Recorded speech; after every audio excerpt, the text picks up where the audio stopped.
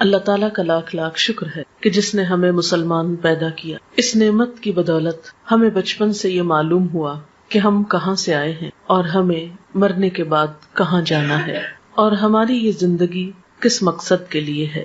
اللہ سبحانہ و تعالیٰ قرآن پاک میں فرماتے ہیں خلق الموت والحیات لیبلوکم ایکم احسن عملا، کہ اس نے موت اور زندگی کو بنایا کہ تمہیں آزما کر دیکھے تم میں اچھے کام کون کرتا ہے. ہم میں سے ہر ایک کے لیے یہ زندگی ایک امتحان ہے. ہم سب سے یہ دیکھا جا رہا ہے کہ ہم کیسے عمل کرتے ہیں. پھر ہماری زندگی کے اختتام پر ہم سب کو موت سے واسطہ پڑنے والا ہے، اور ہم سب یہ بات بھی اچھی طرح جانتے ہیں کہ ہماری زندگی میں وہ دن بھی آنے والا ہے جب ہم سب کو اللہ کے حضور حاضر ہونا ہے. وہاں ہمارے اچھے اور برے اعمال کی جانچ پرکھ ہونی ہے. وہاں ہم سے نعمتوں کے بارے میں سوال کیا جانے والا ہے. لہٰذا ہم میں سے ہر ایک کو ان حقائق کے بارے میں اچھی طرح معلوم ہونا چاہیے.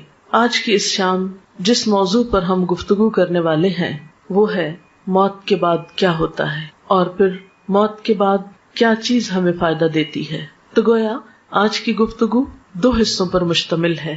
ایک تو بذات خود موت اور اس کے بعد ہونے والے مرحلوں سے متعلق ہے، اور دوسری کہ مرنے کے بعد پھر وہ کون سی چیزیں ہیں جن سے ہم سب کو فائدہ پہنچ سکتا ہے. موت کے بارے میں گفتگو کرنا کوئی بہت خوشگوار بات نہیں، لیکن ہم سب جانتے ہیں کہ یہ ایک بہت بڑی حقیقت ہے جس سے کوئی بھی فرار حاصل کر نہیں سکتا. یہ ایک ایسا تلخ پیالہ ہے جو ہم میں سے ہر ایک کو پینا ہے. اس لیے عقل مند ہے وہ شخص جو آنے والے وقت سے پہلے اس کے لیے تیاری کر لے اور اچھی طرح جان لے کہ اس پر کیسی کیسی کیفیات گزرنے والی ہیں. قرآن پاک میں اللہ سبحانہ وتعالیٰ فرماتے ہیں کل نفس ذائقۃ الموت، ہر شخص کو موت کا مزہ چکھنا ہے. اور یہ بات 3 بار فرمائی گئی ہے. موت کیا ہے؟ موت زندگی کا اپوزٹ ہے، زندگی کا جوڑا ہے. ہر چیز اپنے جوڑے کے ساتھ مکمل ہوتی ہے. اسی طرح زندگی کا تصور اس وقت تک ادھورا رہتا ہے جب تک کہ موت کا ذکر نہ ہو. انسانی تخلیق کے بارے میں اللہ سبحانہ وتعالیٰ نے فرمایا وَكُنْتُمْ أَمْوَاتًا فَأَحْيَاكُمْ ثُمَّ يُمِيتُكُمْ ثُمَّ يُحْيِيكُمْ ثُمَّ إِلَيْهِ تُرْجَعُونَ. تم مردہ تھے، پھر اس نے تم کو زندہ کیا، پھر وہ تم کو موت دے گا، پھر وہ تم کو زندہ کرے گا، پھر تم اس کی طرف لوٹائے جاؤ گے، پھر تم اسی کی طرف جمع کیے جاؤ گے. ہم کچھ نہ تھے، پھر ہم وجود میں آئے، پھر ایک وقت ہوگا کہ موت آ جائے گی اور ہماری یہ ظاہری ہستی ختم ہو جائے گی، اور پھر ایک وقت آئے گا کہ دوبارہ زندگی ملے گی اور پھر اللہ کی طرف واپسی، حساب کتاب کا وقت. گویا ہر انسان ان 4 مرحلوں سے گزرتا ہے. پہلا مرحلہ کچھ نہ تھے. اس مرحلے میں ہماری روح موجود تھی کیونکہ اللہ تعالیٰ نے تمام روحوں کو حضرت آدم علیہ السلام کی پیدائش کے بعد پیدا کر لیا تھا، لیکن دنیا میں آنے تک وہ سب ایک انتظار گاہ میں ہوتی ہیں. اس میں روح ایک الگ وجود رکھتی ہے مگر جسم نہیں ہوتا. یہ کیفیت بھی موت سے ملتی جلتی ہے جب روح تنہا ہوتی ہے. پھر زندگی جب ملتی ہے تو روح کو جسم مل جاتا ہے. پھر جب موت آتی ہے تو روح جسم سے جدا کر دی جاتی ہے. پھر جب دوبارہ زندگی ملے گی تو جسم اور روح پھر آپس میں مل جائیں گے. تو گویا دوسرے لفظوں میں موت نام ہے جسم اور روح کی جدائی کا، اور زندگی نام ہے دونوں کے ملاپ کا.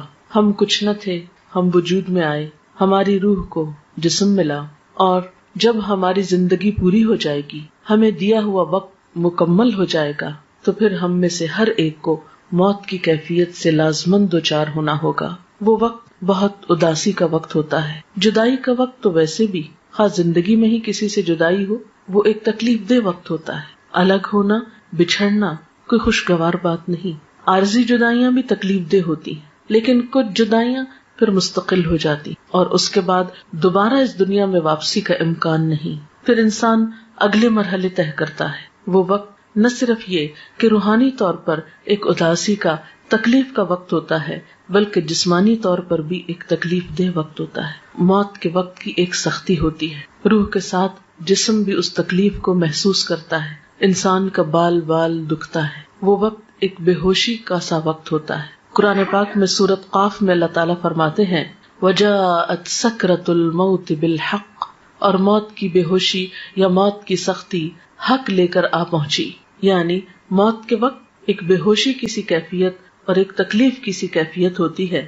اسی لیے حضور صلی اللہ علیہ وسلم نے ایک دعا سکھائی، اللہم اعنی علی سکرات الموت وغمرات الموت. اے اللہ تو میری مدد فرما موت کی بے ہوشیوں پر اور موت کے وقت جو تکلیف ہے اس پر. اللہ سبحانہ وتعالی یہ بھی فرماتے ہیں، کلا اذا بلغت التراقی وقیل من راق وظن انہ الفراق والتفت الساق بالساق الی ربک یومئذ المساق.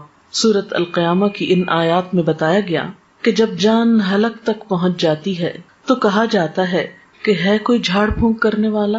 آدمی یہ سمجھتا ہے کہ اب دنیا سے جدائی کا وقت آ گیا. اس وقت پنڈلی کے ساتھ پنڈلی مل جاتی ہے، یعنی انسان کی انتہائی بے بسی کی کیفیت ہوتی ہے. نہ کوئی علاج کام آتا ہے، نہ کوئی دم درود کام آتا ہے، اور انسان اپنی روح کو خیر بات کہہ دیتا ہے. حضرت جابر رضی اللہ تعالی عنہ کہتے ہیں، رسول اللہ صلی اللہ علیہ وسلم نے فرمایا، موت کی تمنا نہ کرو، لا تمنوا الموت. جان کنی کی تکلیف بڑی شدید ہے، اور یہ نیک بختی کی علامت ہے کہ اللہ کسی بندے کی عمر لمبی کر دے اور اسے توبہ کی توفیق عطا فرما دے. موت کے بعد جسم ہوتے وہ قبر میں ہوتی ہے، اور روح جو ہوتی علیین و سجین میں ہوتی ہے. نیک لوگوں کی روح علیین میں ہوتی ہے جو بلند جگہ ہے، اور بدترین لوگوں کی روح سجین میں ہوتی ہے جو قید خانہ ہے، اور وہاں ان کے ساتھ جو بھی معاملہ ہوتا ہے جزا یا سزا کا. لیکن قبر کے اندر یا جسم جہاں پر بھی ہو ایک لنک اس کا برابر رہتا ہے جس سے جسم بھی تکلیف محسوس کرتا رہتا ہے، خواہ وہ ایک گھڑے کے اندر ہو یا پھیلا ہوا ہو. یہ بالکل ایسے ہی ہے جیسے کروڑوں میل دور سورج ہونے کے باوجود اس کی کرن ہمارے جسم پہ پہنچتی ہے تو ایک کنیکشن ہو جاتا ہے، اور ایک جیسے شعاع آپ کی آنکھ میں اگر ریفلیکٹ ہو کے بھی آتی ہے تو ایک پیئرسنگ افیکٹ ہوتا ہے اس کا. تو اسی طرح قبر میں مردے کو جو عذاب ہوتا ہے یہ قرآن و حدیث سے ثابت ہے. لیکن شہداء کی روحیں جو ہیں وہ جنت میں ہوتی ہیں، ان کو رزق دیا جاتا ہے اور ان کے ساتھ اچھا معاملہ ہوتا ہے. آپ نے فرمایا شہیدوں کی روحیں سبز پرندوں کی شکل میں قندیلوں میں رہتی ہیں جو عرش الہی کے نیچے لٹکی ہوئی ہیں. جب چاہتی ہیں جنت میں سیر کے لیے چلی جاتی ہیں، اور جب چاہتی ہیں واپس آ کے انہیں قندیلوں میں بیٹھ جاتی. یہ مسلم کی روایت ہے. حضرت عبداللہ بن عباس کہتے ہیں کہ آپ صلی اللہ علیہ وسلم نے فرمایا، شہداء جنت کے دروازے پر بہنے والی خوبصورت نہر کے سبز گنبدوں میں ہیں جہاں انہیں صبح شام ان کا رزق دیا جاتا ہے. اس کے بعد یہ کہ قیامت کا دن آتا ہے اور انسان کا حساب کتاب شروع ہوتا ہے. میں اس کی تفصیلات میں نہیں جاؤں گی. میں اپنے لیکچر کا دوسرا اہم ترین حصہ کہ مردے کے لیے پھر ہمیں کیا کرنا چاہیے وہ تو پہنچ گیا جہاں اس کو پہنچنا تھا. ان احادیث کی روشنی میں اور قرآنی آیات کی روشنی میں زیادہ بڑا فرق جو ہے وہ مسلم اور کافر کا ہے، اور ایک چیز بیچ میں منافق کی بھی آتی اور برے اعمال کی بھی آتی. بہرحال قیامت کے دن انسان کی شکلوں صورتوں کو، اس کے مال کو، پراپرٹی کو، جائیداد کو، اس کی ذہانت اور اس کی ڈگریوں کو، سرٹیفکیٹس کو نہیں دیکھا جائے گا. اس کی نیت دیکھی جائے گی، اس کا اخلاق اور اس کے اعمال اور اس کا کردار دیکھا جائے گا کہ اس نے اللہ تعالیٰ کی پسند کے کتنے کام کیے. مثلا ایک شخص زبان کھولتا ہے اور غلط باتیں کرتا ہے، جھوٹ بولتا ہے، الزام تراشی کرتا ہے اور ساتھ نماز بھی پڑھتا ہے. ایک شخص شہید ہو رہا ہے اور ساتھ والدین کی نافرمانی وہ کرتا ہے. تو کچھ مسلمان ایسے ہوں گے کہ جن کے ملے جلے عمل ہوں گے. اب یہ اللہ تعالیٰ پر ڈپینڈ کرتا ہے کہ وہ کس کے ساتھ کیا معاملہ کرے. دیکھیں نا، آپ انسانوں میں کچھ انسان ہوتے ہیں جو آپ کے دوست ہوتے ہیں، آپ کو معلوم ہے کیسے معاملہ کریں. کچھ دشمن ہوتے ہیں، آپ کو پتا ہے. کچھ بیچ کے لوگ ہوتے ہیں، پھر وہ اللہ کی مرضی جس کیٹیگری میں ان کو رکھے. لیکن بہرحال نبی صلی اللہ علیہ وسلم نے جب صحابہ کرام کے سامنے ان سب باتوں کا ذکر کیا تو صحابہ کرام ایک موقع پر اتنا روئے کہ سب نے اپنے منہ پہ کپڑے ڈال لیے اور سسکیاں لے لے کر روئے. ان سب نے یہ محسوس کیا گویا یہ ساری باتیں ہمارے ہی بارے میں کی گئی ہیں. لیکن جب ہمیں اس طرح کی کوئی بات سنائی جائے تو ہم کہتے ہیں نہیں یہ تو کافر کی بات ہے، منافق کی بات ہے، ہم تو کلمہ پڑھتے ہیں اس لیے ہم پہ کوئی اثر نہیں. لیکن ٹھیک ہے ہم کلمہ پڑھتے ہیں، لیکن یہ بھی دیکھنا چاہیے کہ کلمے کی تصدیق کتنی کرتے ہیں، اس کو سچا کتنا مانتے ہیں، اور اللہ تعالیٰ کو بڑا کتنا مانتے ہیں، اس کی اطاعت کتنی کرتے ہیں. یہ بات بھی ہم سب کو سوچنے کی ہے. بات یہ ہے کہ عمل سے ہی انسان کی زندگی بنتی ہے اور اللہ تعالیٰ بھی انسان کے عمل کو دیکھتا ہے. اس لیے ہم سب کو یہ دیکھنا چاہیے کہ ہم نے اپنی آخرت کے لیے کیا تیار کر رکھا ہے. جیسے کہ قرآن پاک میں آتا ہے وَلْتَنْظُرْ نَفْسٌ مَا قَدَّمَتْ لِغَدٍ، چاہیے کہ ہر شخص دیکھے اس نے اپنے کل کے لیے کیا تیاری کی ہے.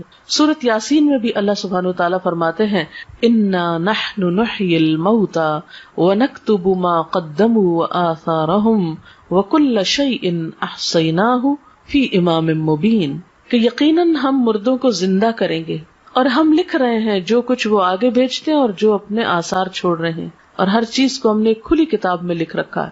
تو گویا ہر انسان کا نامہ اعمال دو چیزوں پر مشتمل ہے، ایک وہ جو اپنی زندگی میں کام کرتا ہے اچھے یا برے، دوسرے وہ جو اس کے بعد اس کے نام پر یا اس کو دیکھ کر لوگ کرتے ہیں. مثلاً اس کے جتنے بھی آثار ہیں، آثار سے مراد نشانیاں ہوتی ہیں، اثر کی جمع ہے. بچے اس کی نشانیاں ہیں، یا اس کا علم اس کی ایک نشانی یا علامت ہے، یا اور اس کے کچھ اچھے اعمال. ایسے اعمال کا اس کو بعد میں بھی بونس ملتا رہتا ہے، اجر ملتا رہتا ہے، لیکن نئے عمل کرنے کا وقت ختم ہو جاتا ہے. اس لیے ہم دیکھتے ہیں کہ نبی صلی اللہ علیہ وسلم نے فرمایا مرنے کے بعد انسان کے اعمال کا سلسلہ منقطع ہو جاتا ہے سوائے تین چیزوں کے جن کا ثواب میت کو پہنچتا رہتا ہے. نمبر 1 صدقہ جاریہ کرنا، نمبر 2 لوگوں کو فائدہ دینے والا علم، نمبر 3 نیک اولاد جو میت کے لیے دعا کرتی ہے. تو گویا انسان کے آثار میں تین چیزیں ہیں. ایک تو یہ کہ زندگی میں انسان ایسی جگہ اپنے ہاتھ سے پیسہ لگا جائے کہ جس سے لوگوں کو فائدہ پہنچے، جیسے کوئی کنواں کھدوا دیا، یا کوئی اسکول بنوایا، کوئی ہاسپٹل بنوایا، یا کوئی اور اچھا کام کیا. دوسرا یہ کہ کسی کو کوئی تعلیم دے جائے، کچھ سکھا جائے، کوئی اچھی بات بتا جائے اور وہ اس پر عمل کرے. اور تیسری یہ کہ نیک اولاد جو اچھی تربیت والدین کرتے ہیں تو اس پر جو کچھ وہ نیک اولاد کام کرے گی وہ والدین کے لیے اجر و ثواب کا باعث ہوگی. حضرت انس کہتے ہیں کہ میں نے نبی صلی اللہ علیہ وسلم سے سنا، آپ فرماتے ہیں دوست تین قسم کے ہوتے ہیں، یعنی فرینڈز کی تین قسمیں. ایک دوست تم سے کہتا ہے میں تمہارے ساتھ رہوں گا یہاں تک کہ تم قبر میں پہنچ جاؤ. ایسا آدمی جب قبر میں پہنچتا ہے تو وہ دوست اس کا ساتھ چھوڑ دیتا ہے. دوسرا دوست وہ تم سے کہتا ہے تمہارا بس اتنا حصہ ہے جتنا تم نے غریبوں کو دیا، اور جو کچھ تم نے نہیں دیا اپنے پاس رکھا وہ تمہارا نہیں. اس دوست کا نام مال ہے. یعنی ایک انسانی دوست ہے جو زندگی میں ساتھ دیتا ہے، مرنے پہ ساتھ چھوڑ جاتا ہے. دوسرا مال ہے جو اگر تو اچھے کاموں میں لگا دیا جائے، دوسروں پہ خرچ کیا جائے تو بعد میں بھی کام آئے گا، اور اگر صرف اپنی ہی ذات پر خرچ کر دیا اور اپنی ہی خواہشات کے پورا کرنے پر تو اس سے کیا ہوگا، وہ بعد میں کام نہیں آئے گا. اور تیسرا دوست تم سے کہتا ہے کہ میں تمہارے ساتھ رہوں گا اس جگہ بھی جہاں تم داخل ہوگے، اس جگہ بھی جہاں سے تم نکل کر جاؤ گے، یعنی قبر. اس کا نام عمل ہے. آدمی حیران ہو کر عمل سے کہے گا بخدا ان تینوں طرح کے دوستوں میں سے تم کو میں حقیر اور معمولی چیز سمجھتا تھا اور یہ میری بھول تھی. میں نے رشتہ داروں کے لیے، دوستوں کے لیے سب کچھ کیا، کوئی کام نہیں آیا، صرف عمل ہی ساتھ رہا. تو گویا ایک دوست انسان ہے، دوسرا مال ہے، اور تیسرا عمل ہے. انسان انسانی دوستوں کو بہت اہمیت دیتا ہے، مال کو بھی بہت چاہتا ہے، لیکن کام کرنا پسند نہیں کرتا جبکہ ساتھ اسی کو دینا ہے. حضرت ابو ہریرہ سے روایت ہے نبی صلی اللہ علیہ وسلم نے فرمایا بے شک مومن کے ان کاموں اور نیکیوں میں سے جن کا ثواب اسے مرنے کے بعد بھی پہنچتا رہے گا یہ چیزیں ہیں. یعنی اپنی زندگی میں انسان ایسے کام کر جائے جس کا اجر و ثواب اس کو مرنے کے بعد ملے. تو آپ صلی اللہ علیہ وسلم نے اب وہ کام بتائے ہیں. اب یہ حدیث ہم سب کے لیے کہ وہ کون سے کام ہیں جو آج ہم کریں تو ہمیں قبر میں بھی اس کا پروفٹ ملتا رہے گا، اس کا فائدہ ملتا رہے گا، کیونکہ عمل ہی ساتھ جائے گا نا. تو وہ کون سے ہیں؟ نمبر 1 وہ علم جس کو اس نے سیکھ کر پھیلایا، یعنی خود بھی سیکھا اور دوسروں کو بھی سکھایا یا پھیلایا. نمبر 2 نیک اولاد جو اپنے بعد چھوڑ گیا، کیونکہ وہ بھی جو کچھ کرے گی انسان کی کوشش ہوتی ہے نا اس میں شامل، کیونکہ اولاد کو سکھاتا ہے انسان، طالب علموں کی طرح تربیت کرتا ہے، تو جو وہ کرے گی وہ بھی ثواب ملے گا اس کو. نمبر 3 قرآن مجید جس کا وہ دوسرے کو وارث بنا گیا، یعنی اس کے اپنا تھا جس سے پڑھتا تھا کرتا تھا، پھر وہ کسی کو دے گیا اور کوئی اور اس کو پڑھ رہا ہے. نمبر 4 مسجد جو وہ تعمیر کر گیا. نمبر 5 مسافروں کے ٹھہرنے کے لیے گھر بنا گیا، یہ کوئی ہاسٹل بھی ہو سکتا ہے، کوئی مسافر خانہ، سرائے، کچھ بھی ہو سکتا ہے. نمبر 6 نہر جاری کر گیا، یعنی پانی کا انتظام کر گیا. نمبر 7 صدقہ خیرات جو وہ اپنے مال میں سے اپنی تندرستی اور زندگی کی حالت میں نکال کے گیا، یعنی کہ مرتے وقت یہ فلاں کو دے دو، فلاں کو، وہ تو پھر ہو گیا اوروں کا. ان چیزوں کا اس کو مرنے کے بعد بھی ثواب پہنچتا رہے گا. یعنی یہ وہ اعمال ہے کہ جو مرنے کے بعد بھی انسان کے کام آتے ہیں. حضرت ابو ہریرہ سے روایت ہے سعد بن عبادہ کی والدہ فوت ہو گئی تو سعد نے کہا اے اللہ کے رسول صلی اللہ علیہ وسلم میری ماں فوت ہو گئی ہے، کیا میں اس کی طرف سے خیرات کر سکتا ہوں؟ آپ نے فرمایا ہاں. عرض کی کون سی خیرات بہتر رہے گی؟ فرمایا پانی پینے کا انتظام، یعنی دوسروں کو پانی پلانے کا انتظام کرو. تو مرنے والے کے لیے یہ نیکی بھی باعث ثواب ہے، خواہ انسان اپنی زندگی میں خود کر جائے یا اس کے بعد اس کی اولاد کرے یا وارث کرے. پھر علم کے بارے میں آپ صلی اللہ علیہ وسلم نے فرمایا بے علموں کو علم سکھانا صدقہ ہے. حصول علم کے راستے پہ چلنے والے کے لیے اللہ تعالیٰ جنت کا راستہ آسان کر دیتے ہیں. یعنی علم جو ہے انسان کے لیے بہترین صدقہ جاریہ ہے. انسان اگر سیکھتا ہے، سکھاتا ہے، کوئی کتاب لکھتا ہے، کوئی مضمون لکھتا ہے، کوئی کسی کو تعلیم دیتا ہے، کسی طالب علم کی فیس دیتا ہے، کوئی اسکول بنوا دیتا ہے، کوئی مدرسہ بنواتا ہے، کچھ بھی جو علم کی ایکٹیویٹی یا ترقی کے لیے، اور آج کا دور جیسے کمپیوٹر اور انٹرنیٹ کا دور ہے یا اور وسائل، تو کوئی بھی ایسا آلہ یا چیز خریدنا یا تیار کرنا یا ایجاد کرنا، وہ سب اس میں شامل ہے جس سے خیر کی بات عام ہو سکے. پھر نیک اولاد، یعنی انسان کی زندگی میں بہت چانس ہے کہ اپنے بچوں کی، اور خصوصاً آپ مائیں ہیں جن کے پاس بچوں کو وقت زیادہ ملتا ہے رہنے کا، ان کی اچھی تربیت کرے. آپ نے فرمایا سب سے پاکیزہ کھانا جو تم کھاتے ہو اپنے ہاتھ کی کمائی سے ہے، اور تمہاری اولاد بھی تمہاری کمائی میں شامل ہے. یعنی گویا اولاد کو قرآن و سنت کا علم دینا، اچھی تمیز، اخلاق، ادب سکھانا جو ہے اجر و ثواب کا باعث ہے. ایک اور چیز جو میت کو فائدہ دیتی ہے وہ دعا ہے. ایک مسلمان جب اپنے بھائی کی عدم موجودگی میں دعا کرتا ہے تو وہ قبول ہوتی ہے، اور اس آدمی کے پاس ایک نگران فرشتہ ہوتا ہے جو کہتا ہے کہ جو دعا تم اپنے بھائی کے لیے کر رہے ہو وہی تم کو بھی ملے. پھر اسی طرح ایک حدیث میں آتا ہے کہ قبر میں میت کی مثال ڈوبنے والے اور فریاد کرنے والے کی طرح ہوتی ہے، جو اپنے ماں باپ یا بہن بھائی یا کسی دوست کی دعا کا منتظر رہتا ہے، اور جب وہ اسے پہنچتی ہے تو دنیا کی ہر چیز سے زیادہ پیاری اس کو وہ دعا ہوتی ہے جو دوستوں کی طرف سے اس کو ملتی ہے یا اولاد کی طرف سے. آپ صلی اللہ علیہ وسلم نے فرمایا بے شک اللہ تعالیٰ اہل دنیا کی دعا سے اہل قبور کو پہاڑوں کے برابر اجر عطا کرتا ہے. یعنی ہماری دعائیں مردوں کے حق میں کیسے ثابت ہوتی ہیں؟ جیسے پہاڑ جتنا تحفہ، جو معمولی چیز نہیں ہے کسی مرنے والے کے لیے دعا کرنا. مردوں کے لیے زندوں کی طرف سے بہترین تحفہ ان کے لیے استغفار کرنا، یعنی ان کی بخشش کی دعا کرنا ہے. اور وہ دعا کیا ہے؟ اللہم اغفر لہ وارحمہ وعافہ واعف عنہ واکرم نزلہ ووسع مدخلہ واغسلہ بالماء والثلج والبرد ونقہ من الخطایا کما ينقى الثوب الابيض من الدنس اللهم ابدله دارا خيرا من داره واهلا خيرا من اهله وزوجا خيرا من زوجه اللهم ادخله الجنة واعذه من عذاب القبر ومن عذاب النار. تو یہ مسنون دعا ہے جو آپ صلی اللہ علیہ وسلم مردے کے لیے پڑھتے تھے. ہم سب کو بھی اپنے والدین کے لیے اور دیگر رشتہ داروں کے لیے یا دوستوں کے لیے جو دنیا سے چلے جائیں یہی دعا کرنی چاہیے.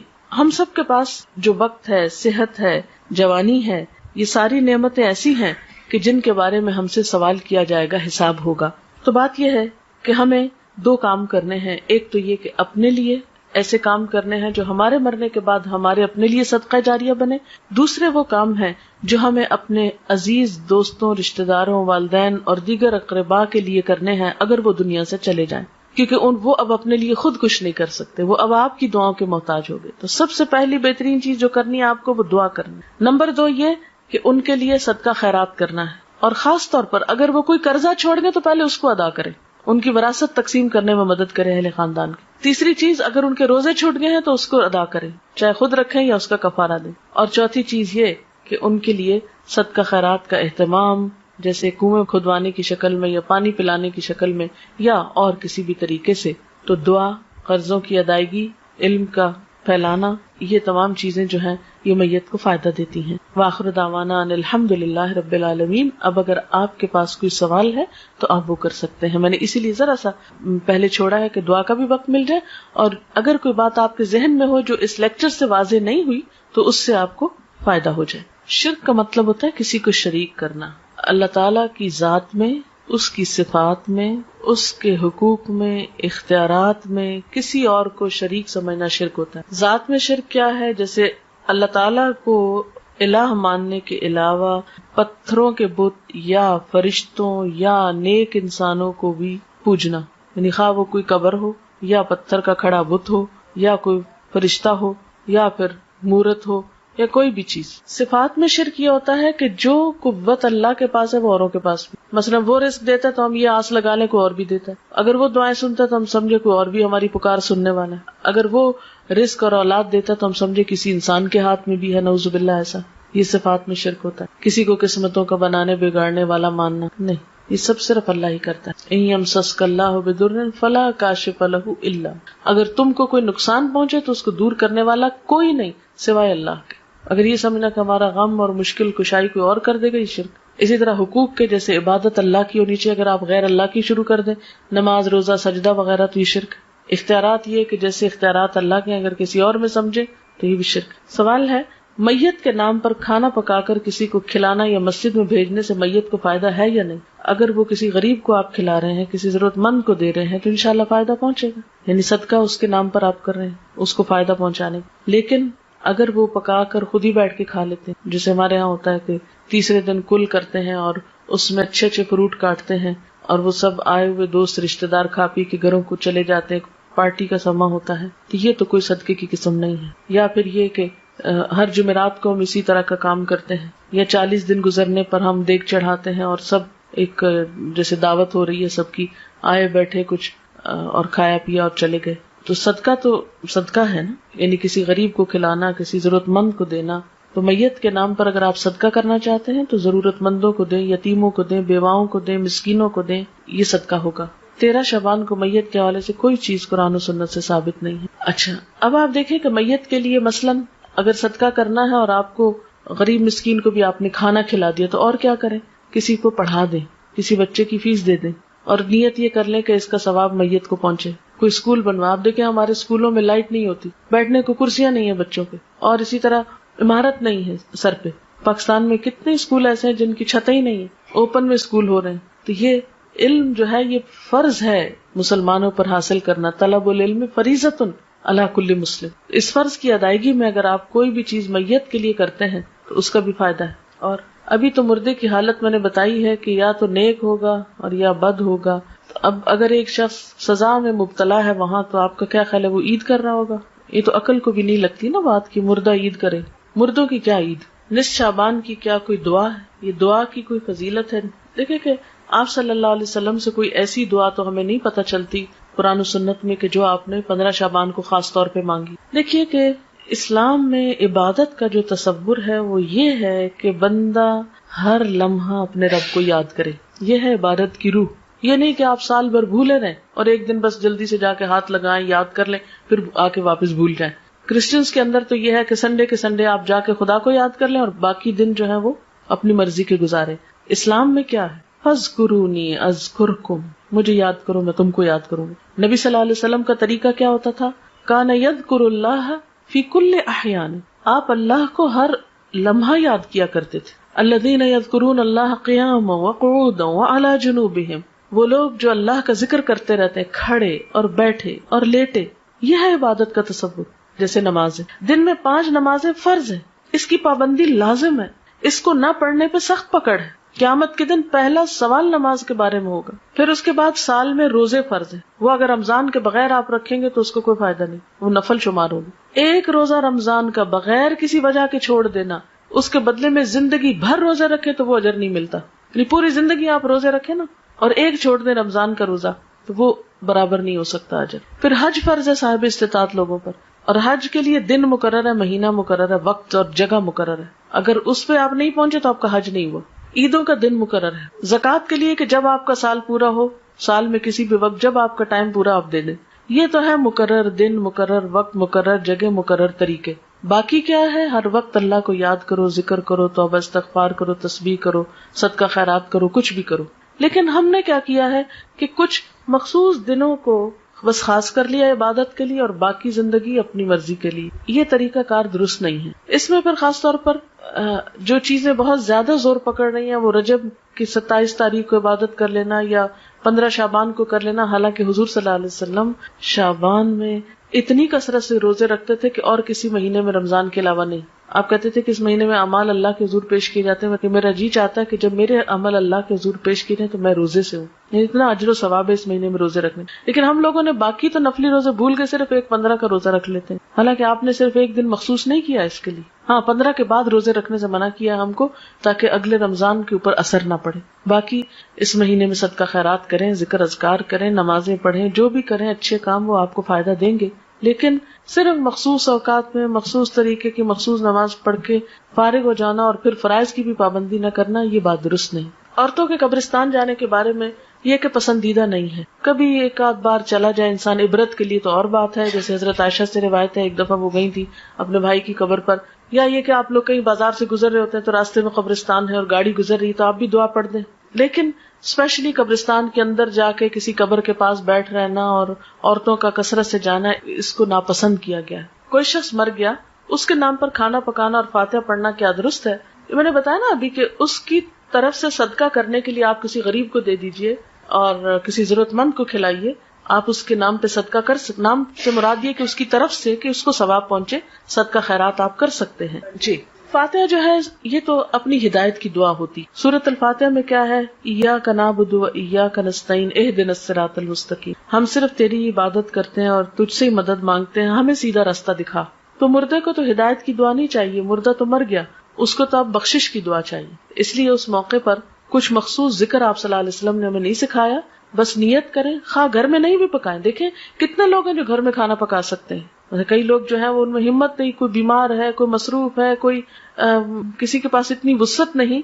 تو آپ بے شک راشن دے دیں، آپ پیسہ دے دیں، آپ کسی بھی طرح کسی کی مدد کر دیں. ضروری نہیں کہ پکا کے سامنے رکھ کے پڑھ کے پھر دیں. یہ ہم نے خود رواج نکال لیا ہے. دعا کرنا جو ہے میت کو سب سے زیادہ فائدہ دیتا ہے. دیکھیں ہمارا دعا پہ کچھ خرچ نہیں آتا. اذان سن لیجئے پھر دعا کرتے ہیں. سبحان اللہ وبحمدہ عدد خلقہ ورضا نفسہ وزنۃ عرشہ ومداد کلماتہ سبحان اللہ العظیم. اللہم صلی علی محمد وعلی آل محمد کما صلیت علی ابراہیم وعلی آل ابراہیم انک حمید مجید. اللہم بارک علی محمد وعلی آل محمد کما بارکت علی ابراہیم وعلی آل ابراہیم انک حمید مجید. ربنا آتنا فی الدنیا حسنۃ وفی الآخرۃ حسنۃ وقنا عذاب النار. ربنا لا تزغ قلوبنا بعد اذ ہدیتنا وہب لنا من لدنک رحمہ انک انت الوہاب. ربنا ہب لنا من ازواجنا وذریاتنا قرۃ اعین واجعلنا للمتقین اماما. ربنا لا تؤاخذنا ان نسینا او اخطأنا. ربنا ولا تحمل علينا إصرا كما حملته على الذين من قبلنا. ربنا ولا تحملنا ما لا طاقة لنا به واعف عنا واغفر لنا وارحمنا أنت مولانا فانصرنا على القوم الكافرين. یا اللہ پاک جو کچھ ہم نے پڑھا ہے سنا ہے اپنی رحمت سے اسے قبول فرما. یا اللہ جو باتیں آپ کی مرضی کے مطابق ہوئی ہیں، آپ کو پسند آئی ہیں، ہم سب کو اس پر عمل کی توفیق عطا فرما. اگر کوئی بات بھولے سے زبان سے ایسی نکلی ہے جو آپ کو پسند نہیں آئی تو ہم سب کو اس سے دور کر دے. یا اللہ تو ہمارے گناہوں کو معاف کر دے، ہمیں ہدایت عطا فرما، ہمیں ان کاموں کی توفیق دے جن سے تو راضی ہو جائے. اللہ ہمیں اپنی محبت عطا کر دے، اپنے حبیب محمد صلی اللہ علیہ وسلم کی محبت عطا کر دے، نیک بندوں کی محبت عطا کر دے. یا رب العالمین تو ہمارے گناہوں کو معاف کر دے، ہماری کوتاہیوں سے اور سستی سے درگزر فرما. یا اللہ تو ہمیں اس زندگی میں ان کاموں کی توفیق دے جن سے تو راضی ہو جائے. اللہ ہمارے والدین پر اپنی رحمت فرما. یا رب العالمین ریحانہ اور رخسانہ کی والدہ پر اپنی رحمت فرما، ان کے درجات بلند فرما، ان کو اپنی عافیت میں رکھ، ان کو جنت الفردوس کے اعلیٰ مقام میں جگہ عطا فرما، انہیں آخرت کی بہترین بھلائیاں نصیب فرما، ان کی اولاد کو ان کے لیے صدقہ جاریہ بنا، انہیں بہترین نیک اعمال کی توفیق دے جو ان کی والدہ کے لیے بہترین اجر کا سبب ہوں. یا رب العالمین ہم سب بھی اس رستے کے مسافر ہیں، ہمیں بھی ان کاموں کی توفیق دے جو ہمیں وہاں کام آنے والے ہیں. ہماری موت کی سختی کو ہم پہ آسان کر دینا، نیک فرشتوں سے ہمارا واسطہ ہو. یا اللہ ہمیں قبر کے عذاب سے بچانا. یا اللہ تو ہمارا خاتمہ ایمان پر فرمانا، آخری وقت کلمہ نصیب فرمانا. یا اللہ ہماری اولادوں کو ہماری آنکھوں کی ٹھنڈک بنا، انہیں دنیا اور آخرت میں کامیابی دے. یا اللہ ہمیں نیکی کے کاموں کی توفیق دے، برائیوں سے بچنے کی توفیق عطا کر دے. اپنی ذات پر ہمیں مکمل ایمان اور بھروسہ عطا کر دے. جتنی بہنیں یہاں آئی ہیں سب کا آنا قبول کر، اس گھر پر اپنی خیر و برکت نازل فرما، سب کے دکھ تکلیفیں پریشانیاں دور فرما، ہم سب کو اپنی رحمت سے ڈھانپ لے، ہم سے درگزر فرما. تو ہی ہمارا مولا ہے، ہم سب پر اپنی رحمت فرما. ربنا تقبل منا انک انت السمیع العلیم وتب علینا انک انت التواب الرحیم. وصلی اللہ تعالی علی خیر خلقہ محمد وعلی آلہ واصحابہ واہل بیتہ اجمعین برحمتک یا ارحم الراحمین. الہی آمین. سبحانک اللہم و بحمدک نشہد ان لا الہ الا انت نستغفرک و نتوب الیک۔ رخسانہ کچھ کیسٹ اور کتاب شاید آپ کو اپنی والدہ کے صدقہ جاریہ کے لیے تقسیم کرنا چاہتی ہیں، اس کے لیے میں آپ کو تھوڑا سا گائیڈ کرنا چاہوں گی کہ جب بھی آپ نماز پڑھیں اور قرآن پاک پڑھیں تو یہ چھوٹی سی دعاؤں کی کتاب ہے، اس کو آپ اپنے پرس میں رکھ لیں، اپنے کہیں بھی قریب رکھ لیں۔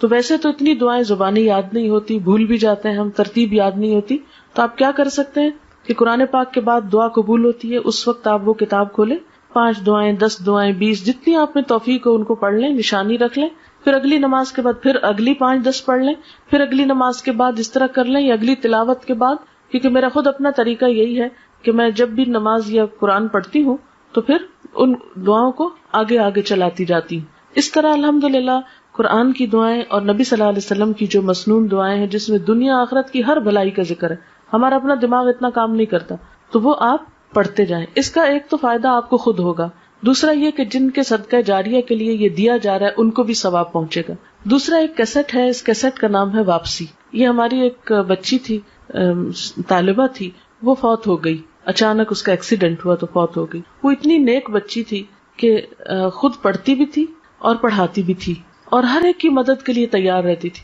تو اس کی زندگی ایک بہت مثالی زندگی تھی۔ اور اس کے علاوہ تعزیت کے کچھ آداب اور واپسی کا جو سفر ہے دنیا سے، اس پہ کچھ باتیں اس کیسٹ میں موجود ہیں، آپ خود بھی سنیں اوروں کو بھی سنائیں، تو اس سے بھی انشاءاللہ ان کی والدہ کے لیے بھی اور خود اس بچی کے لیے جو فوت ہوئی ہے ایک صدقہ جاریہ ہوگا۔ اگر ہم دوسروں کے لیے بھلائی سوچیں گے، ہم دوسروں کے لیے خیر سوچیں گے، تو انشاءاللہ اللہ تعالی ہمارے لیے بھی کوئی خیر کا راستہ نکال دے گا۔ السلام علیکم ورحمۃ اللہ وبرکاتہ۔